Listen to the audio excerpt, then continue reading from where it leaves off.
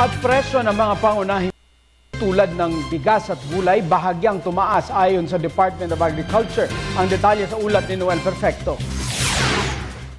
Maigting na pinababantayan ng mga kinaukulan ng kagawaran ng agrikultura ang nagtataas ang presyo o halaga ng mga agricultural products nitong nakaraang mga araw.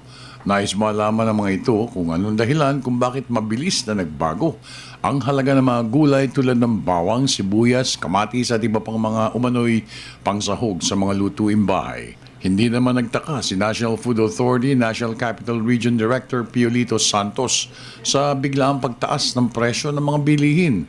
Aniya, nangyayaring naturang pagtaas tuwing sasapit ang mga tinaguriang lean months kada taon. Tiniyak naman ni Director Santos na walang kakulangan ng bigas sa buong Kamaynilaan. Bunsod na rin ang napakaraming supply sa inventory at ng mga parating pang mga importasyon ng bigas mula sa ibang bansa. Wala tayong kakulangan ng bigas, lalong-lalo na sa government, sa NFA, dahil sa ngayon ay meron tayong 2 milyon na bigas dito sa NCR at may inisa darating na 4 na milyon pa na bigas na galing sa importation.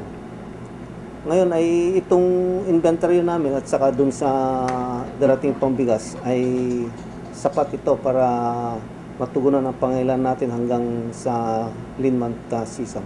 Sinabi naman ni Aduana Business Club Incorporated President Maria Zapata, posible namang epekto ito ng track ban na pinatutupad sa mga puerto na sobrang nagpapatindi ng problema sa ating ekonomiya. Aniya, kung gayon, ang mahalagang mag-usap na lahat ng sektor na may kinalaman sa importasyon ng mga prime commodities upang magsagawa ng isang concerted effort para ma-address ang naturang problema. Dahil dito, muling nanawagan kay Pangulo Benigno Aquino III ang grupo ng trackers na sana'y marisolbahan na ang naturang lumalalang problema sa ekonomiya ng bansa. Yun na nga lagi ang apela namin with the government, especially with the economic managers ni President Pinoy.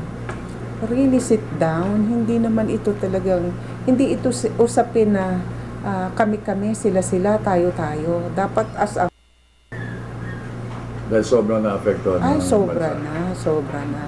Para sa Telebisyon ng Bayan, ako naman si Noel Perfecto.